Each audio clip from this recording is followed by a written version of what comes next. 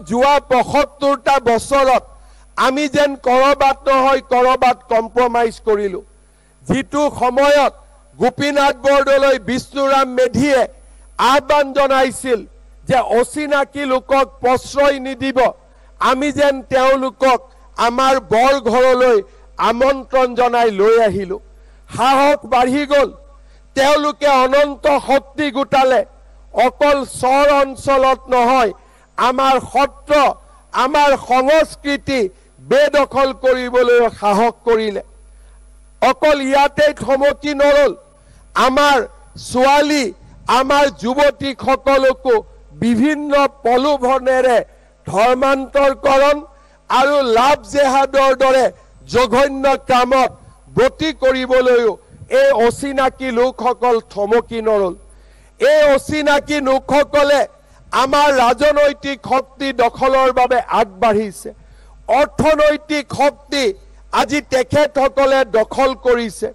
আমাৰ ৰাজ্যৰ নিৰ্মাণৰ লগত জড়িত প্ৰতিটো স্তম্ভকে তেওঁলোকে আজি গ্ৰাস কৰিছে। অসমে নীৰৱে থাকিব নোৱাৰে। আমি যদি নীৰৱে থাকো, এদিন আমি আমাৰ ৰাজ্যখনতে জাতি মাটি ভেটি হেৰুৱাব লাগিব। সেই দিনটো বহুত দিন নহয়। আজি যদি অসমীয়া নীৰৱে থাকে, মাত্ৰ 10টা বছৰৰ ভিতৰত আজি স্বাধীনতা দিৱসৰ পবিত্ৰ পতাকাৰ তলত থিয় হৈ অসমৰ মুখ্যমন্ত্ৰী হিচাপে মই ভৱিষ্যতবাণী কৰিছো, অসমীয়া যুৱ শক্তি যদি নীৰৱে থাকে আৰু অসমীয়াই যদি সদায় কম্প্ৰমাইজ কৰিবলৈ আগ্ৰহী হৈ থাকে, মাত্ৰ 10টা বছৰৰ ভিতৰত আমি জাতি মাটি ভেটি হেৰুৱাই পেলাম।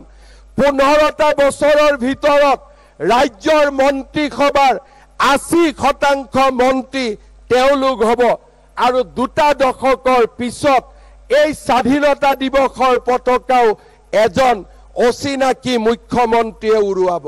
এয়া হৈছে অসমৰ ভৱিষ্যত। আজি জনগাঁথনিৰ পৰিৱৰ্তনে অসমীয়া লোকক, আমাৰ জনজাতীয় লোকক, ভাৰতীয় লোকক 60%লৈ সংকুচিত কৰিছে। 40 আৰু 60%ৰ মাজত পাৰ্থক্য মাত্ৰ 10%। আমি বুৰঞ্জীৰ এক জটিল ক্ষণত আজি উপস্থিত হৈছো। আমাৰ প্ৰজন্মই আজি জাতিটোৰ সংকটৰ সময়ত আমি আমাৰ প্ৰজন্ম থিয় হৈ আছো। গুৱাহাটী, শিৱসাগৰ, যোৰহাট, ডিব্ৰুগড়ে অসমৰ জনগাঁথনিৰ পৰিচয় নিদিয়ে। নামনি আৰু মধ্য অসম আগ্ৰাসনৰ পিছত গোলাঘাটৰ উৰিয়াম ঘাটলৈ আজি তেওঁলোক আগবাঢ়ি গৈছিল। কাজিৰঙা দখল কৰিছিল। এটা এটাকৈ গড় হত্যা কৰি আমাৰ জাতিটোৰ প্ৰাণটোকে তেওঁলোকে স্পৰ্শ কৰিছিল।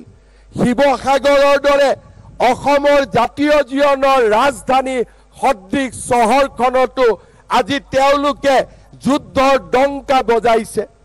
বৰপেটা ধুবুৰীৰ পৰা মাৰ্ঘেৰিটালৈ গৈ তেওঁলোকে অসমীয়া জাতিক আজি তেওঁলোকে এক প্ৰকাৰ আমাৰ সামগ্ৰিক সত্তাক উপলুঙা কৰিছে।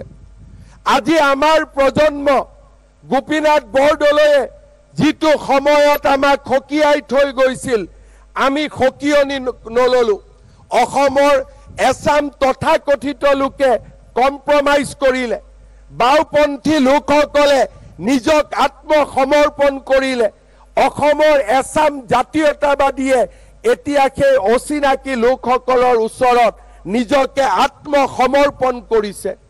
আমি নীৰৱে নাথাকো, আৰু আমি যদি নীৰৱে থাকো, আমাৰ অসমীয়া জাতি জীয়াই নাথাকিব।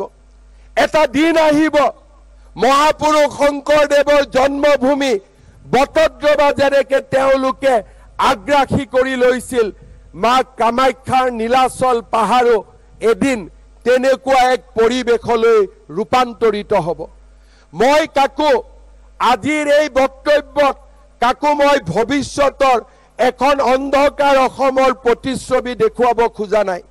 মই মাত্ৰ বাস্তৱৰ লগত জাতিটোক পৰিচয় কৰোৱাব খুজিছো।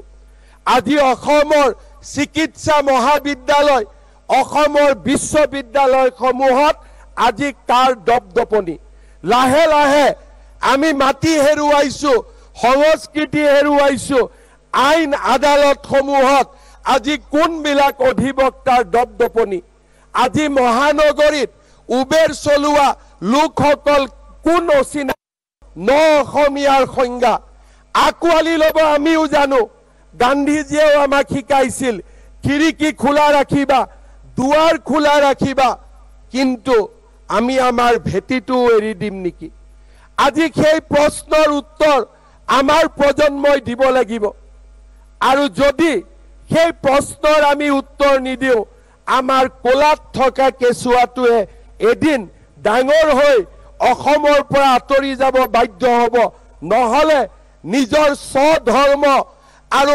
স্বসংস্কৃতিক বিসৰ্জন দি কম্প্ৰমাইজৰ জীৱন যাপন কৰিব লাগিব আজি যেনেকৈ ধুবুৰী গোৱালপাৰা মানকাছাৰত আমি কম্প্ৰমাইজৰ জীৱন যাপন কৰোঁ তেনেকুৱা কম্প্ৰমাইজৰ জীৱন যাপন কৰিব লাগিব মই নাজানো আমি কি ধৰণে ইয়াক চিন্তা কৰিছো কিন্তু এজন গৌৰৱী অসমীয়া হিচাপে এজন গৌৰৱী ভাৰতীয় হিচাপে মই এনে পৰিস্থিতিক মানি ল'বলৈ মই কেতিয়াও প্ৰস্তুত নহওঁ মই বিশ্বাস কৰোঁ কোনো অসমীয়া লোকে এই পৰিস্থিতি মানি ল'বলৈ প্ৰস্তুত নহয় আমি এঘৰি যুঁজিব লাগিব আমি এঘৰি যুঁজিব লাগিব আৰু সেই যুঁজৰ বাবে মই অসমীয়া জাতিক সকলো ভাৰতীয়ক আকৌ এবাৰ সংগবদ্ধ হ'বলৈ আহ্বান জনাম স্বাধীনতাৰ তিৰংগ পতাকাৰ তলত থিয় হৈ আমি প্ৰতিজ্ঞা কৰিম আমি শেষ হৈ নাযাওঁ আমি সংগ্ৰাম কৰিম আমি জীয়াই থকাৰ বাবে আমি আকৌ এবাৰ সংগ্ৰাম কৰিম সেই সংগ্ৰাম হাতত অস্ত্ৰ লৈ কৰা সংগ্ৰাম নহয় সেই সংগ্ৰাম আমাৰ স্বসংকল্পৰ সংগ্ৰাম আমি কোনো মাটি অচিনাকি লোকক বিক্ৰী নকৰোঁ কোনো ঘৰ অচিনাকি লোকক ভাড়া নিদিওঁ আৰু চৰকাৰী মাটিক আমি বেদখল হ'বলৈ নিদিওঁ মই চৰকাৰৰ বিষয়াসকলক আহ্বান জনাম ভৱিষ্যতে যদি এটুকুৰা চৰকাৰী মাটিও বেদখল হয় জিলাৰ আয়ুক্তসকলে নিজে সাৱধান হৈ থাকিব লাগিব চৰকাৰে তেওঁলোকৰ ওপৰত ব্যৱস্থা ল'ব মই আজিৰ স্বাধীনতা দিৱসৰ পতাকাৰ তলত থিয় হৈ অসমৰ ব্যুৰক্ৰেচিক আহ্বান জনাম কম্প্ৰমাইজ আমি মানি নলওঁ আপোনালোকৰ চকুৰ সন্মুখতে হাজাৰ হাজাৰ বিঘা মাটি যেতিয়া বেদখলকাৰীসকলে দখল কৰি লৈছিল আপোনালোকে নিজৰ দায়িত্ব পালন কৰিবলৈ ব্যৰ্থ হৈছিলে আজি মই অসমৰ প্ৰতিজন কৰ্মচাৰীক আহ্বান জনাম কাৰ্যালয়টো কম্প্ৰমাইজ নকৰিব সুযোগ সুবিধা আমাৰ বাবে সুযোগ সুবিধা অচিনাকি লোকৰ বাবে নহয় আমি যদি প্ৰতিজ্ঞা কৰোঁ মাটি বিক্ৰী নকৰোঁ ঘৰ ভাড়া নিদিওঁ কাৰ্যালয়ৰ সুযোগ আমি অচিনাকি লোকসকলক নিদিওঁ আৰু আমি স্বাৱলম্বিতাক আদৰি লওঁ 20 বছৰত আহিব পৰা দুৰ্যোগ আমি 40 বছৰলৈ পিছুৱাই দিম আৰু অসমৰ নতুন প্ৰজন্মই 40 বছৰৰ ভিতৰত